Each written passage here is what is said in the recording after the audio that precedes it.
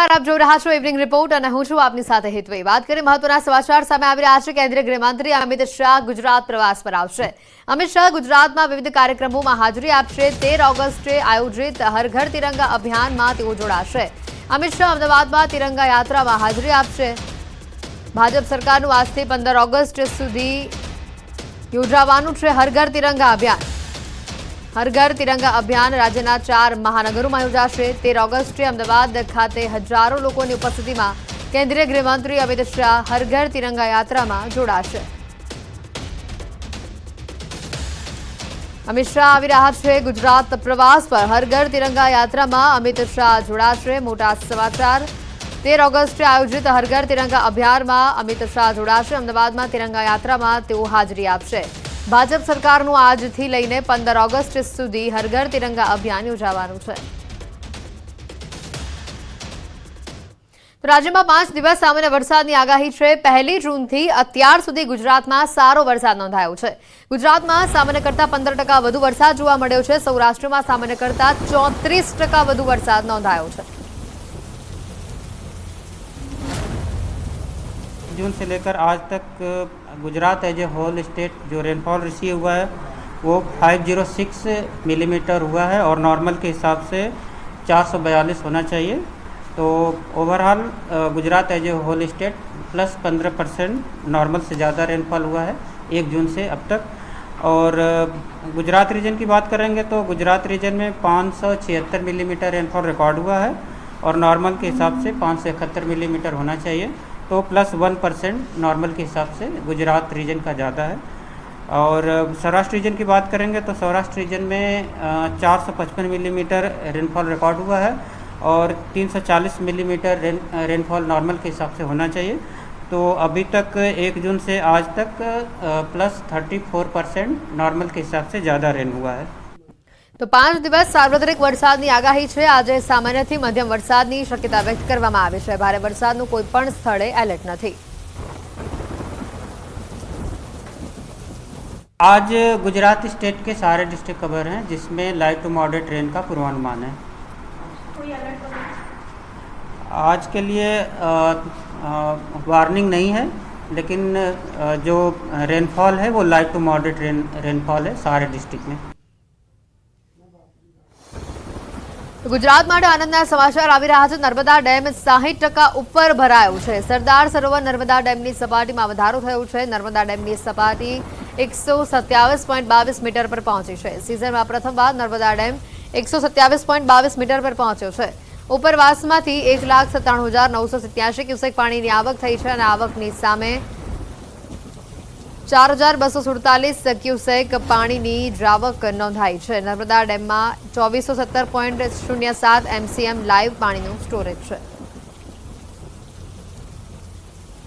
રખડતા ઢોરની સમસ્યા ન ફક્ત મોટા શહેર, નાના શહેરોમાં પણ માથાના દુખાવા સમાન બની છે। આણંદના વાસદ બગોદરા રોડ પર પશુઓનો અડ્ડો જમા થયો છે।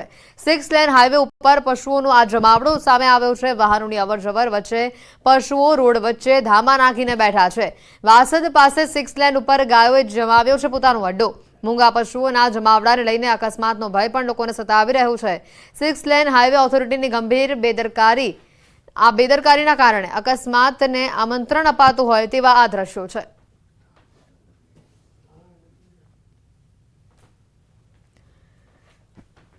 તો સુરેન્દ્રનગરમાં આખલાઓ યુદ્ધે ચડ્યા। જાહેર રસ્તા પર આખલાઓ એવા તો બાખડ્યા કે આસપાસના લોકોમાં ડરનો માહોલ ફેલાયો।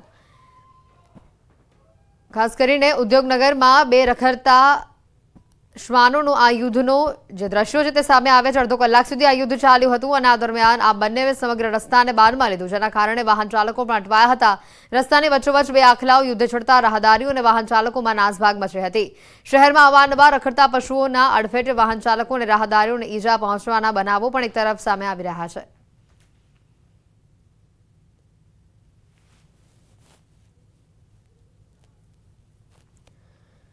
રખડતા ઢોર મુદ્દે મોરબી પાલિકા મોડે જાગી છે। ટ્રાફિક સમસ્યા, રખડતા ઢોર, બિસ્માર રસ્તા મામલે હાઈકોર્ટની ફટકાર બાદ મોરબી પાલિકા પણ જાગી છે। રખડતા ઢોરની સમસ્યા સામે પાલિકા જાગી છે। રખડતા ઢોર મામલે દંડની કાર્યવાહી શરૂ કરવામાં આવી છે। પ્રથમ વખત ઢોર પકડાતા 3000નો દંડ કરવામાં આવશે। ફરી ઢોર રખડતું પકડાશે તો 5000નો દંડ કરવામાં આવશે। પશુ માલિકોને પોતાના ઢોર માલિકની જગ્યાએ બાંધી રાખવા પાલિકાનો અનુરોધ છે।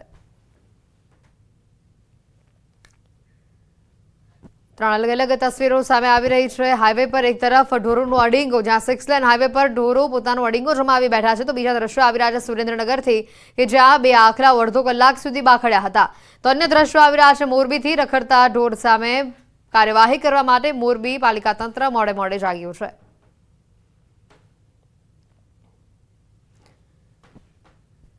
શ્રાવણમાં મીઠાઈ ફરસાણ ખાતા પહેલા સાવધાન રહેજો। આ મીઠાઈ તમને બીમાર પાડી દેશે, કારણ કે શ્રાવણને લઈને આરોગ્ય વિભાગ પણ હવે સતર્ક બન્યું છે। શ્રાવણ માસમાં તહેવારોની સિઝનમાં મીઠાઈ અને ફરસાણના વેચાણમાં વધારો થાય છે, પરંતુ મીઠાઈ તમને બીમાર પાડી શકે છે, અને જેના પુરાવા પણ ન્યૂઝ 18 તમને બતાવી રહ્યું છે। ગઈકાલે સુરતના સિંગનપુર વિસ્તારમાંથી સુમુલના નામે નકલી ઘીનું ગોડાઉન ઝડપાયું હતું। તો આ તરફ વડોદરાના ડીમાર્ટમાંથી ગ્રાહકને સડેલી કેક મળી। ગ્રાહકે સ્વીટ કેક ખરીદી હતી, જેનું પેકેટ ખોલતા જ કેક સડેલી હોવાની જાણ થઈ। તો આ તરફ આરોગ્ય વિભાગ પણ એક્શનમાં આવ્યું છે। સુરત આરોગ્ય વિભાગ શહેરના 9 ઝોનમાં દરોડા પાડી ચીજવસ્તુઓના સેમ્પલ લેબ પરીક્ષણ માટે મોકલ્યા છે।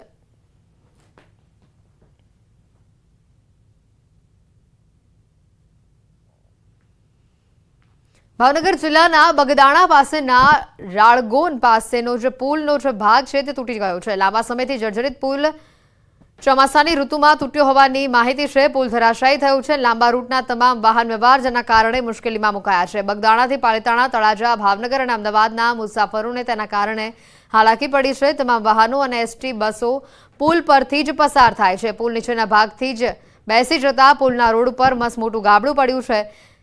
આ ઘટનાને પગલે વાહનોને તાત્કાલિક ત્યાંથી દૂર ખસેડાયા હતા। દુદાણા ગામે ત્યાં ડાયવર્ઝન આપવામાં આવ્યું। અનેક રજૂઆત બાદ પણ સમારકામ ન થયું હોવાનો સ્થાનિકો આક્ષેપ કરી રહ્યા છે।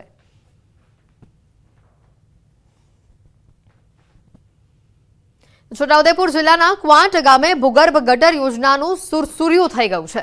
6 કરોડના ખર્ચે બનેલા ભૂગર્ભ ગટર યોજના સદંતર નિષ્ફળ જતા ગટરના ગંદા પાણી રસ્તા ઉપર વહી રહ્યા છે। રસ્તા પર જાણે ગટરના ગંદા પાણીની નદી વહેતી હોય તેવા આ દ્રશ્યો સામે આવ્યા। ક્વાંટમાં ચોતરફ જ્યાં જુઓ ત્યાં ગંદકીનું સામ્રાજ્ય દેખાઈ રહ્યું છે। ઠેર ઠેર રસ્તા પર કચરાના ઢગલા જોવા મળી રહ્યા છે। ખાડામાં ગટરનું પાણી અને તેમાં મચ્છરોનો ઉપદ્રવ વધી રહ્યો છે। આ સમસ્યા કંઈ 1-2 દિવસની નથી। સ્થાનિકોનું કહેવું છે કે છેલ્લા 2 મહિનાથી આવી જ ગંદકી અહીંયા છે। અનેક રજૂઆત બાદ પણ કોઈ પગલાં લેવામાં આવ્યા નથી। ગંદકીના કારણે રોગચાળો ફાટી નીકળવાનો પણ ભય લોકોને સતાવી રહ્યું છે।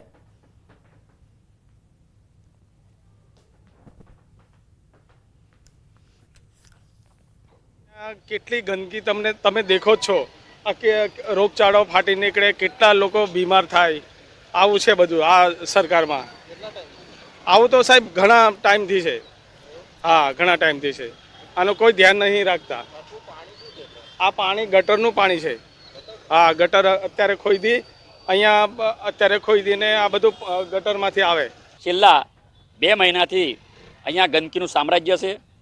સરકારશ્રી દ્વારા બહુ મોટી વાતો કરવામાં આવે છે, પણ અમારા કવાંટ ખાતે જ્યારે અમે બિરસા મુંડાને ભગવાન તરીકે માનતા હોય અને એની આજુબાજુ જે ગંદકીનું સામ્રાજ્ય છે એને દૂર કરવામાં આવે, અને કવાંટ ખાતે અમારે જે આ ટ્રાફિકની સમસ્યાનો જે છે પ્રશ્ન, અને આખા રસ્તા બી ખાડા કબોચિયા છે। નસવાડી ચોકડીથી શેડવાસન ચોકડી આવતા અડધો કલાક નીકળી જાય એવી પરિસ્થિતિ છે।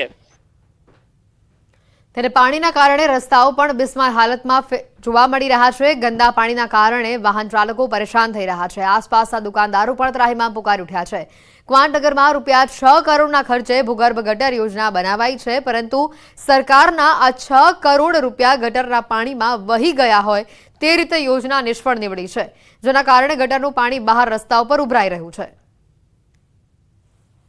ભૂગર્ભ ગટર યોજના જે બનાવેલી રૂબર, એમાં એ જે આ લગભગ 6 કરોડ હવે ટોટલ ફેર છે। એમાં જે ટ્રીટમેન્ટ પ્લાન્ટ કે પમ્પિંગ કરીને જે નદીમાં એનું પાણી છોડવાનું એ વસ્તુ કામ થયું નથી, ને એમને હેન્ડ ઓવર કરી દીધી છે। એટલે અત્યાર સુધી જે પંચાયતની ગટર લાઈન કરેલી એમાં પાણી નિકાલ થતો હતો આપણે કોતરમાં, હવે એ થઈ ગઈ છે, ચોકઅપ થઈ ગઈ। એટલે હવે દરેક એરિયામાં એટલું એ ચોકઅપ થઈ જવાથી પેલું ગટરો ઉભરાય છે. કવાંટની મધ્યમાં આવેલો જે વિસ્તાર છે ગંદકીથી ખદબદી ઉઠ્યો છે. આપણે તસવીર બતાવવા માંગીશું. આ જે મુખ્ય રસ્તો છે બિલકુલ જાગતો રોડ છે, પરંતુ આ જે રોડ પર મોટા મોટા ખાડા પડી ચૂક્યા છે. ગંદકીથી લોકો ત્રાહિમામ પુકારી ઉઠ્યા છે. છેલ્લા 2 મહિનાથી અહીં ગંદકીનું સામ્રાજ્ય બની ઉઠ્યું છે. લોકોને અવર જવર કરવા માટે મુશ્કેલી પડી રહી છે. આ એ જ રસ્તો છે કે અહીંથી જ અધિકારીઓ પણ પસાર થાય છે. તાલુકા પંચાયત જવાનો મુખ્ય રસ્તો છે, પરંતુ આજે કેટલાક લોકોએ રજૂઆતો કરી છે, પરંતુ આજ દિન સુધી નિકાલ આવ્યો નથી. છેલ્લા 2 મહિનાથી લોકો તાઇમામ પુકારી ઉઠ્યા છે. આગામી 9 ઓગસ્ટના દિવસે વિશ્વ આદિવાસી દિવસ છે અને એ દિવસે આદિવાસી આ જે બિરસા મુંડાની મૂર્તિ છે કે ત્યાં આવીને લોકો એકત્ર થાય છે. હજારોની સંખ્યાની અંદર અહીં લોકો ભેગા થતા હોય છે, પરંતુ આજે લોકો અહીં જે ગંદકીથી સામ્રાજ્ય ફેલાયું છે તેનાથી રોષે ભરાયા છે. સેજબ ખત્રી, ન્યૂઝ 18 ગુજરાતી, છોટાઉદેપુર. નસવાડી તાલુકાનું ખેંદા ગામ, જ્યાં આજ દિવસ સુધી નથી મળ્યા લોકોને પાકા રસ્તા. 450 લોકોની આ ગામમાં વસ્તી છે અને આ ગામની વસ્તી એટલી હોવા છતાં પણ તેઓને સાંભળનારું કોઈ નથી. રસ્તાની સમસ્યાના કારણે અહીં આ ગામ લોકોને આજ દિવસ સુધી 108 એમ્બ્યુલન્સ અને એસટી બસની પણ સુવિધા નથી મળી, જેના કારણે ચોમાસા દરમિયાન અહીંના લોકોને ભારે હાલાકી વેઠવી પડે છે. ગામ લોકો હાલ આક્ષેપ કરી રહ્યા છે કે નેતાઓ ચૂંટણીના સમયે જ મત લેવા માટે આવે છે, તે બાદ તો તેઓ દેખાતા જ નથી. વારંવાર રજૂઆત કર્યા બાદ પણ અહીંયા જૈસે છે તેવી પરિસ્થિતિ જોવા મળી રહી છે, જેને લઈને સરકાર અહીંના લોકોની દરકાર સાંભળે તેવી માંગ હાલ તો સ્થાનિકો કરી રહ્યા છે. જે ફળિયાથી મેઇન રસ્તા સુધી જોડતા રસ્તાઓ, આ તો એક રસ્તો છે, પરંતુ ફળિયાથી જોડતા મેઇન રસ્તાઓ તો ખાસા બધા છે. જો આંગણવાડી જવા માટે નાના બાળકોને તકલીફ પડે છે, પ્રાથમિક શાળા જવા માટે નાના બાળકોને તકલીફ પડે છે, એવા દરેક ફળિયામાંથી આ રસ્તાની તકલીફ પડે છે અમારે. જેમ કે ફળિયામાંથી મેઇન રસ્તા સુધી જવા માટે રસ્તા જો બનાવી આપે તો અમારે વધુમાં વધુ સારું રહે એવા અમારી વિનંતી છે. અમારા ગામમાં તો 108 અમે તો જોઈ નથી. અમે અમારા ગામથી વાડિયા ગામ 2 કિલોમીટર દૂર છે, ત્યાં સુધી તો અમે પ્રાઇવેટ વાહનમાં ફળિયામાંથી મેઇન રસ્તા સુધી તો અમે ઝૂલામાં ઉચકીને લઈ જઈએ છીએ. નસવાડીથી આજે દ્રશ્યો આવ્યા છે. ખાસ કરીને ચોમાસાની ઋતુમાં અહીંયાથી વાહન ચાલકોને પસાર થવું પણ મુશ્કેલી ભર્યું બને છે. નાના બાળકો પણ આવા જ કાચા પાકા રસ્તાથી શાળાએ જાય છે, તો વળી અહીંયા 108ની પણ સગવડ નથી. 108 એમ્બ્યુલન્સ અહીંયા આવતી નથી.